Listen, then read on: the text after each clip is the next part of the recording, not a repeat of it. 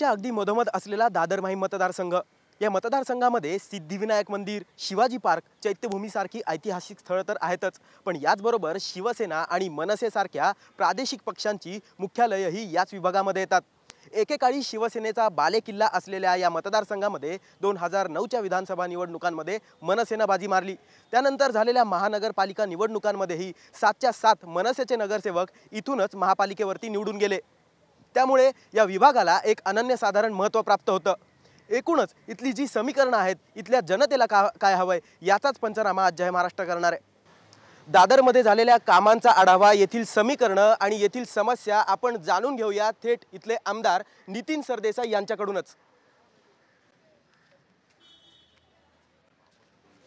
Sir, स्वागत आहे तुमचं जय महाराष्ट्रमध्ये। सर, एकूणच जर बघितलं तर 5 वर्षांपासून तुम्ही येथील आमदार आहात। नेमकी काय काय दादरकरांची अपेक्षित कामं होती आणि त्यानंतर तुम्ही इथं काय काय केलंय, एक थोडासा आढावा। दादर माहीमकरांच्या, प्रभादेवीकरांच्या प्रमुख समस्या मधली एक समस्या म्हणजे इथे जीर्ण झालेल्या ज्या उपकरप्राप्त इमारती आहेत, चाळी आहेत, त्यांचा एक विषय होता। तर अनेक इमारती पुनर्विकासाच्या आणि दुरुस्तीच्या प्रतीक्षेमध्ये होत्या। तर पुनर्विकास जेव्हा होईल तेव्हा होईल, पण त्याची दुरुस्तीची खूप कामं, मग त्याच्यामध्ये ड्रेनेज लाईन असेल किंवा त्याची जिने दुरुस्त करणं असेल किंवा एकंदरीतच इमारतीचं दुरुस्ती करणं असेल, ही सगळी कामं आम्ही मोठ्या प्रमाणावर केली। त्याचबरोबर इथली दुसरी एक समस्या अशी होती की ती पाण्याच्या कमी दाबाने पाणी येणं। तर गेल्या काही वर्षामध्ये सातत्याने त्याच्यावरती प्रयत्न करूनसुद्धा ते पाणी लोकांना आपण मिळवून दिलेलं आहे।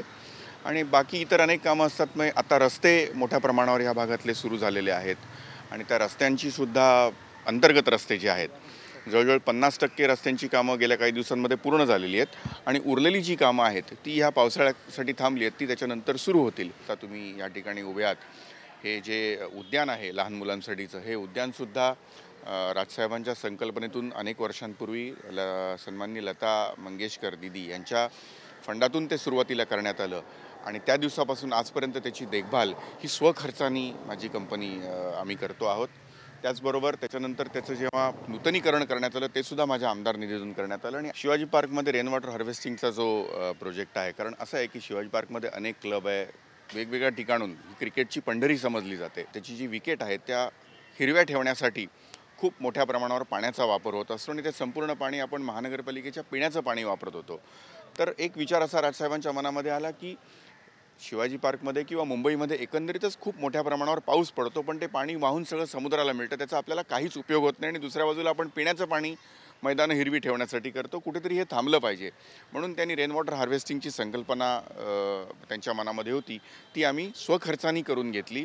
संपूर्ण मैदानामध्ये आता रेन वॉटर हार्वेस्टिंगचा प्रोजेक्ट जो होता तो पूर्ण झालेला आहे आणि दर वर्षाला कोट्यवधी लिटरचं जे पाणी आहे पावसाचं येणारं, ते संपूर्ण या मैदानाच्या खाली साठवलं जात आहे। शिवाजी पार्कातल्या इमारती ज्या 1940च्या आसपास बांधलेल्या आहेत, ज्या एकतर पुनर्विकास किंवा दुरुस्तीच्या प्रतीक्षेमध्ये आहेत, त्या सगळ्यांना अचानकपणे हेरिटेजमध्ये टाकून त्याची साधी भिंतीवर खिळा ठोकणं सुद्धा अशक्य करून टाकलं होतं। ह्याच्यामागे कुठलं तरी मोठं षडयंत्र होतं किंवा काय ह्याची कल्पना नाही, पण एकंदरीत तशी शंका यायला जागा आहे आणि म्हणून आम्ही त्याच्यासाठी खूप मोठ्या प्रमाणावरती लढा दिला। मग तो महानगरपालिकेच्या माध्यमातून असेल, राज्य सरकारमध्ये असेल, वेळोवेळी विधानभवनामध्ये तो प्रश्न मांडून असेल आणि कोर्टामध्ये सुद्धा, आणि जनजागृती वेगवेगळ्या माध्यमातून करून आज तो प्रश्न बऱ्यापैकी कोर्टाच्या माध्यमातून आता सुटण्याच्या मार्गावरती आहे। या ज्या उपकारप्राप्त जुन्या चाळी किंवा इमारती आहेत, याची आता ह्या जीर्ण झाल्यामुळे त्याच्यामध्ये अनेक समस्या उद्भवल्या आहेत। मग त्याच्यामध्ये प्लास्टर तुटणं, जर काही ठिकाणी वरती कौलं आहेत ती कौलं आता गळायला लागणं, जुन्या गच्च्या आहेत त्याच्यातून ते छत गळायला लागणं, त्याच्यात संडास असतील तर त्याची दुरुस्ती, कमी दाबाने पाणी येणं, कारण त्याच्यामध्ये त्या ज्या लाईन्स आहेत पाण्याच्या त्या जुन्या झालेल्या आहेत, त्याचबरोबर ड्रेनेज लाईन खराब होणं, या सगळ्या ह्या विशेष करून उपकारप्राप्त इमारती ज्या आहेत, जुन्या चाळी, त्यांच्या समस्या होत्या। त्या सगळ्या समस्येसाठी ज्या ज्या पद्धतीने म्हणून आपला आमदारांचा निधी असतो तो सगळा देण्याचा प्रयत्न करून आज त्यांची पाण्याची जी समस्या होती कमी दाबाने येण्याची किंवा पाणी कमी मिळण्याची, ती बऱ्याच अंशी आता सोडवण्यात आलेली आहे। आणि दुरुस्तीसाठी जिथे जिथे शक्य असेल तिथे ते आमदार निधी देऊन किंवा त्याची दुरुस्ती करून लोकांचं आयुष्य जितकं म्हणून सुसह्य करता येईल तेवढं करण्याचा प्रयत्न केला आणि त्याच्यामध्ये मला असं वाटतं की बहुतांश यशही आलेलं आहे। या भागातलं एक समस्या म्हणजे अनेक रस्ते गेली अनेक वर्ष त्याच्याकडे अजिबात लक्ष न दिल्यामुळे त्या रस्त्यांची, अंतर्गत रस्त्यांबद्दल बोलतोय मी, त्याची अवस्था अतिशय वाईट झालेली होती. नगरसेवक आल्यानंतर खूप मोठ्या प्रमाणावर, सगळे नगरसेवक आमच्या आल्यानंतर खूप मोठ्या प्रमाणावर ह्या सगळ्या गोष्टींचा पाठपुरावा करून आपण अनेक अंतर्गत रस्ते गेल्या वर्षभरामध्ये त्याची कामं सुरू केली. नुसतीच कामं सुरू केली नाही, त्यातले जवळजवळ 50% रस्ते किंवा गल्ल्या आपण ज्याला म्हणू त्या बहुतांश आता पूर्णत्वाकडे आलेले आहेत. पुढच्या वर्षभरामध्ये आपल्या इथले जे या भागातले विभागातले सगळे रस्ते असतील अंतर्गत ते खरोखरच चांगले झालेले असतील, फुटपाथ चांगले झालेले असतील आणि लोकांना त्याच्यावरून चालताना खरंच कुठल्याही प्रकारचा त्रास होणार नाही. खूप मोठ्या प्रमाणावर ज्येष्ठ नागरिक इथे राहत असतात, त्यांना कुठल्याही प्रकारे त्रास होणार नाही याची काळजी घेतली जाईल. दादर माहीम मतदारसंघातील समस्या, तेथील समीकरणं आपण स्थानिक मनसे आमदार नितीन सरदेसाई यांच्याकडून जाणून घेतल्या. मात्र येथे गेल्या 10 वर्षांपासून जे आमदार होते, माजी आमदार सदा सरवणकर माझ्यासोबत आहेत शिवसेनेचे. त्यांनाही आपण विचारूया की अनेक दावे मनसे आमदार नितीन सरदेसाई यांनी केलेले आहेत. या मतदारसंघामध्ये शिवाजी पार्क परिसराची डेव्हलपमेंट असो किंवा सीशोर डेव्हलपमेंट असो, असा अनेक कामांचा दावा त्यांनी केलेला आहे. तुम्ही गेली 10 वर्ष इथे आमदार होतात, नेमकं काय सांगाल? शिवाजी पार्कची जी डेव्हलपमेंट आहे ही पूर्णपणे शिवसेनेने मुंबई महानगरपालिकेच्या अर्थसंकल्पामध्ये तरतूद करून केलेले हे जगजाहीर आहे. त्यामुळे न केलेल्या कामाचं श्रेय घेणं हे बरोबर नाही. विषय राहतो जो त्यांनी काम केलं असं आमदार सांगतायत ते शिवाजी पार्क चौपाटीचं. त्या चौपाटीच्या शेजारी असलेली जी काही ज्या इमारती आहेत, या इमारतींना लाटांमुळे त्यांची धूप होऊ नये, धोका निर्माण होऊ नये यासाठी गेली 5-7 वर्ष मी दिवाकर रावते आणि सुरेश गंभीर हे सातत्याने प्रयत्न करत होतो. जिल्हा नियोजन कमिटीच्या बैठकांमध्ये जर आपण मिनिट्स पाहिलं तर आपल्या लक्षात येईल. त्यासाठी पुरेसा निधीसुद्धा उपलब्ध त्यावेळेला केला होता.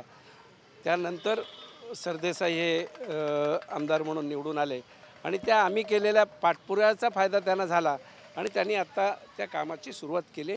माई मंगेशकर उद्यान हे उद्धव साहेबांनी आणि बाळासाहेबांच्या मनातली ती एक संकल्पना मंगेशकरांच्या निधीमधनं ते उभारण्यात आलं आणि त्यावेळेला त्याचं उद्घाटनसुद्धा शिवसेना प्रमुख आणि त्यांच्या देखरेखीखाली या सगळ्या उद्यानाची निर्मिती झाली. हे सगळ्यांना माहिती आहे. आमदार झाल्यानंतर केलेलं हे काम नाही, तर आमदारकीच्या पूर्वीची ही सगळी कामं आहेत. त्यामुळे आता त्याची देखभाल कदाचित ते मातोश्रीच्या माध्यमातून करत असतील, पण त्याची निर्मिती काही आमदारांनी केलेली नव्हती. शिवाजी पार्क परिसरातील मुख्य समस्या या ठिकाणी हेरिटेज इमारती म्हणून जे काही विभाग जाहीर केला होता ती होती आणि त्या हेरिटेज जाहीर केल्यानंतर माननीय उद्धव साहेबांच्या नेतृत्वाखाली प्रचंड मोठं एक आंदोलन हे शिवसेनेच्या माध्यमातून उभं करण्यात आलं आणि मुख्यमंत्र्यांची भेट असेल, सह्याची मोहीम असेल, हेरिटेजग्रस्त नागरिकांची बैठक असेल, अशा वेगवेगळ्या माध्यमातून एक आंदोलनात्मक पाऊल शिवसेनेने या हेरिटेजच्या बाबतीत उचललं आणि त्यामुळे निश्चितच हेरिटेज कमिटीला आणि सरकारला तिथे माघार घेऊन हा हेरिटेजमधून वगळण्यात आलं. हे पूर्णपणे श्रेय शिवसेनेचं आहे.